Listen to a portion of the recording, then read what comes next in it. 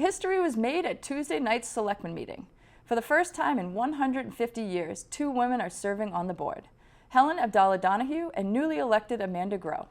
Groh was elected to the board earlier this week with former FinCon member Bob Donnelly. Mr. Chair, could it please be noted that history is being made tonight? Our town is 150 years old, and this is the first time in 150 years that we have 2 females sitting on the board. All noted. So noted. In 150 years, only 5 women have served on the Board of Selectmen: Olga Abdallah, Mary Fox, Susan Wilson McQuaid, Helen Abdallah Donahue, and now Amanda Groh. Both Ms. Groh and Mr. Donnelly are excited to be on the board. I'd just really like to thank all of the voters who came out. It's really important for the community to be active and engaged, and I'd love to see it, and I'm very excited to serve the community. My thoughts exactly. I also just would like to make sure that we recognize the dedication and public service of Tom Maloney and Alan Howard, who are no longer serving the board.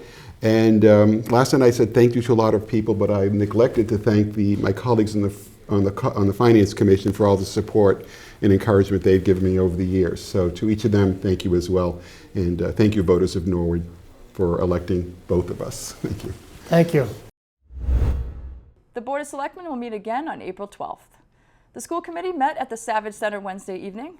Administration from the Fuse School appeared before the board to apply for an expansion to serve students in preschool through 3rd grade. The expansion was approved. Aubrey Seal is leading a new coalition partnership between Impact Norwood and the Norwood Public Schools. Francesca Golightly from the Health Department also presented an update to the board regarding mental health awareness training for town employees. Fine Arts Director Kathy Connor-Moen presented a department update to the group. The Fine Arts Director will retire in June following a 28-year tenure with the Norwood Public Schools. The committee thanked Kathy for her continued dedication to the fine arts in Norwood. We have had a very successful year thus far. After February vacation, things pretty much got back to normal, and we were ready for it, which was wonderful. And our visual arts program, Prima Sripo, has received an honorable mention in the Boston Globe Scholastics. And we had 9 students who had their work featured in the Mass Art Educators Amazing Emerging Artist Virtual Exhibit.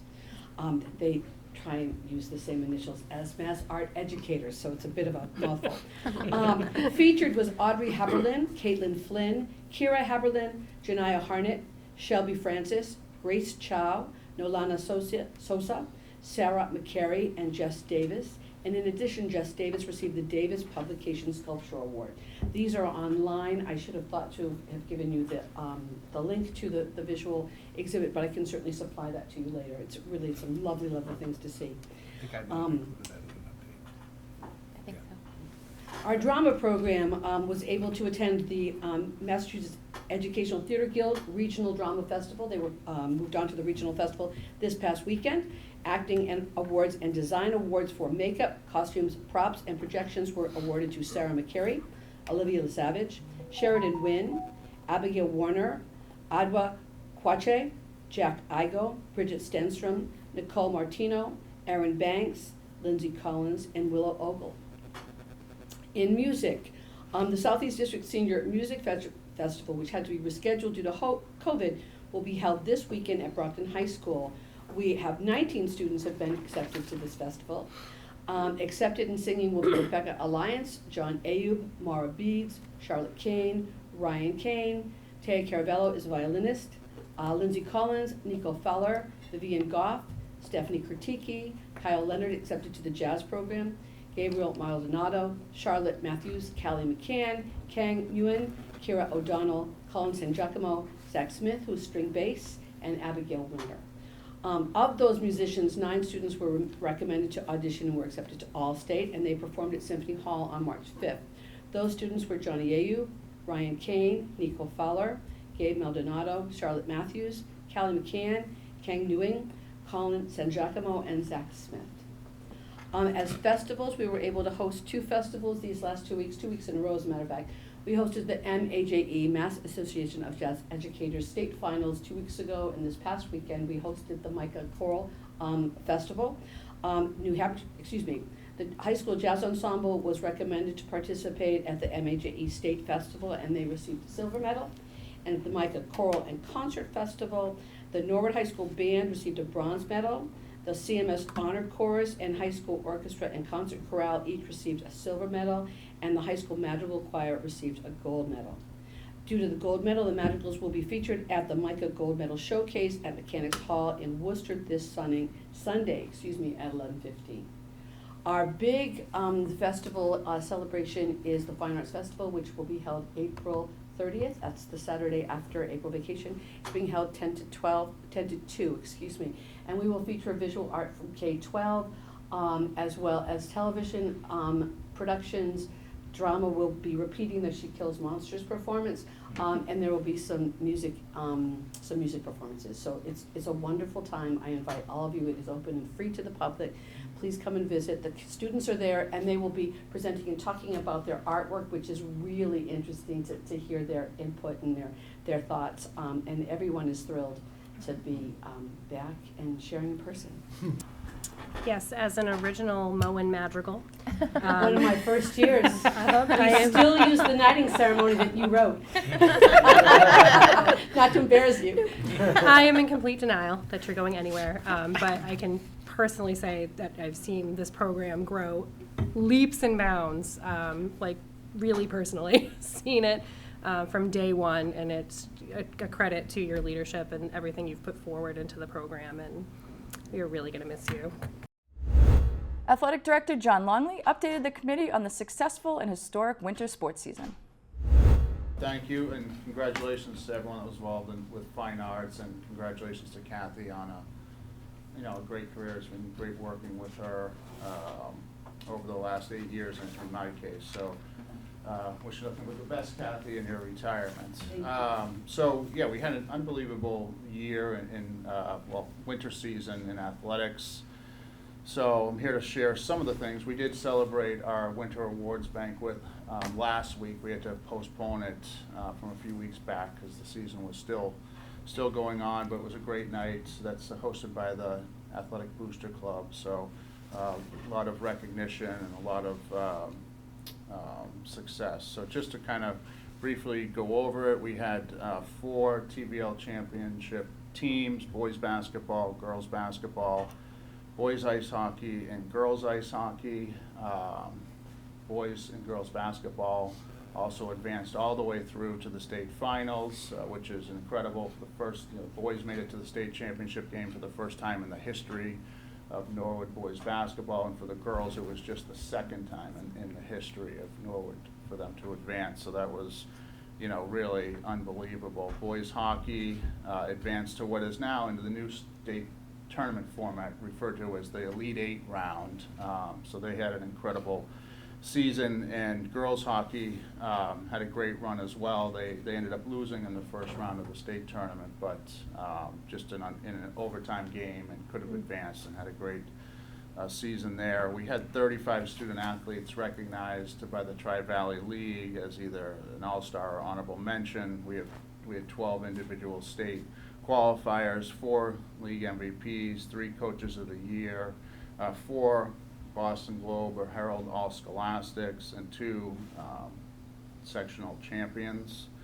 Some of the students that received recognition were for boys basketball. Noah Badette was the Tri-Valley League MVP. He was also Tri-Valley League All-Star, Boston Herald All-Scholastic, and Boston Globe All-Scholastic. Joey Steves was a Tri-Valley League All-Star. Brandon Francis was a Tri-Valley League Honorable Mention. Krista McDonald, the head coach of the boys team, was Tri-Valley League Coach of the Year, and she was also the Division II Boys Boston Globe Coach of the Year. For girls basketball, Trish Rakowski was a league all-star. Megan Obreys was Tri-Valley League MVP, Tri-Valley League all-star, Boston Herald All-Scholastic, and Boston Globe All-Scholastic. Erin Reen was a Tri-Valley League all-star. Head coach Amy Quinn was Tri-Valley League Coach of the Year. Boys ice hockey, Miles Kidd was Tri-Valley League MVP, Tri-Valley League All-Star, Boston Herald All-Scholastic, and Boston Globe All-Scholastic. George Tolman was a Tri-Valley League All-Star. Kyle Ledger was a Tri-Valley League All-Star. Brian Mateer was a Tri-Valley League All-Star. And Ethan Barrows was the Tri-Valley League Goalie of the Year. And Kevin Broderick was a Tri-Valley League Honorable Mention. Chuck Allen, the head coach of the boys hockey team, was also named the Tri-Valley League Coach of the Year. For girls ice hockey, Jenna Nauman was a Tri-Valley League All-Star. Morgan Roach was a Tri-Valley League All-Star. Lindsey Rogers was a Tri-Valley League All-Star.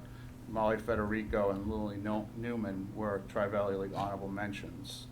Morgan Roach was also recognized by the Boston Bruins for their Sportsmanship Award. They give out a Sportsmanship Award to one member of each league, both male and female, and Morgan received the award for the Tri-Valley League. And so that was pretty cool. Wrestling, Nate Sue was a Tri-Valley League All-Star. He was also a Division III sectional champion. Coleman Keady was a Tri-Valley League All-Star. Coleman was also a sectional champion. They were our first wrestling sectional champions in over a decade. TJ Wyman was a Tri-Valley League All-Star. Boys indoor track and field, Isaiah Groupie was a Tri-Valley League All-Star. Jack Doyle was an honorable mention. Dylan O'Brien, Tri-Valley League All-Star. Jacob Zhang was a Tri-Valley League All-Star. Girls indoor track, Christina Fontaine was a Tri-Valley League All-Star, and Jess O'Toole was an honorable mention. Gymnastics, Shay Larkey was a Tri-Valley League All-Star. She was also participated in the state individual championship where she placed 6th, and she was also Boston Herald All-Scholastic. Marion Pastor was the TVL Gymnast of the Year and a Tri-Valley League All-Star. And Cecilia Frowley was a Tri-Valley League honorable mention. Winter cheerleading, we had Rachel O'Neill was a Tri-Valley League All-Star, Annie Sisk was a Tri-Valley League All-Star, and Olivia Connor was honorable mention. And boys and girls swim and dive, Lizzie Cardini was Tri-Valley League honorable mention, Maddie O'Keefe honorable mention, and Dave DiMattia was a Tri-Valley League All-Star. So that was quite the roundup there. So, yeah. So it was great. It really was incredible. New principals have been hired at the Cleveland and the Callahan. In the superintendent's report, Dave Thompson announced the new hires and updated the committee on other searches. So search update, we have finished the Cleveland and the Callahan search. So at the Cleveland School, we are going to be joined next year by Carrie Hutchins. Carrie comes to us from Seekonk, Mass, where she is an assistant principal. She is a former math coach and has extensive experience in response to intervention, the process that we are trying to and working on in all of our schools. The Callahan principal next year will be led by Scarlett Gant. She is currently an interim principal covering a maternity leave in Salem. Before that, she was an assistant principal. She will be finishing her doctorate this spring, fingers closed. Significant work around social emotional learning and positive behavior intervention. Those are 2 of her strengths, as well as having a special education background, and she'll be joining us at the Callahan. We will be working with both of these folks and our other new candidates about coming and visiting schools and doing PTO meetings and that sort of thing. And maybe I'll even let you folks meet them at some point. Before adjournment, the board welcomed back Joan Giblin for another term. The group also welcomed new member Kate Sibbing-Dunn and congratulated her on her first meeting. The school committee meets again next week. The Zoning Board of Appeals met Tuesday night with several cases. Representatives of 83 Moore Street are expanding the Little Bird event space into the unit next door. This would double the area, or Little Bird, and under previous zoning rulings, the board approved the expansion. The owner of 386 Winter Street is looking to demolish the current structure, which was built in the 1800s. The new house would be 50% larger than the existing and would be built outside the existing footprint. While there was a question of the proposed building height, Chairman Murphy explained that relief would not be granted for the building height and the building inspector would not approve a permit if it did. The board approved the application for special permit. The zoning board will meet again next month. The Conservation Commission met remotely Wednesday evening. 3 public hearings appeared before the board. The town of Norwood applied to replace and reline sewer manholes along Access Road. The application was approved. The MWRA applied for maintenance and repairs of a siphon off of Neponset Street. The group reviewed the application and ultimately called for a peer review before any final project decisions are made. The Light Department also appeared before the board to apply for an underground conduit installation along Access Road. The application was approved with the condition of an erosion control inspection. The board also discussed updates to wetland regulations, including buffer zones and floodwater regulations. The group discussed potential violations on Washington Street, Union Street, and University Ave. Members discussed the finance report and looked ahead at the FY23 budget. Before adjournment, the commission reorganized. Steve Washburn was reappointed as chair, Catherine Walsh was reappointed as vice chair, and Carly Rockland was reappointed as treasurer. The commission meets again in May. For complete government coverage, tune into the NCM Government channel or watch on demand at norwoodcommunitymedia.org.